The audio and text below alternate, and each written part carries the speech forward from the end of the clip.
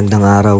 Pag-usapan natin kung ano nga ba ang iba't ibang epekto ng pambubuli sa kapwa natin tao, binata, mapababae man o lalaki. Ano nga ba ang maaaring epekto nito?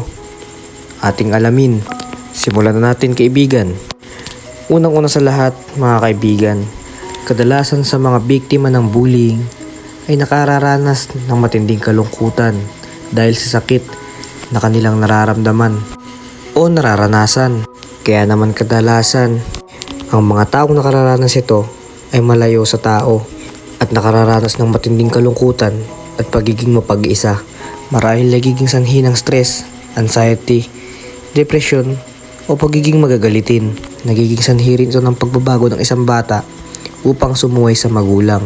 Kapatid, napakalaking epekto nito sa mga katulad ko dahil isa lang din ako noong inosenteng bata na nakaranas ng pambubuli. Bago tayo manakit ng nararamdaman ng isang tao, isipin muna natin kung ano ang kahihinatnan nito sa hinaharap o magiging epekto nito sa nararamdaman ng tao.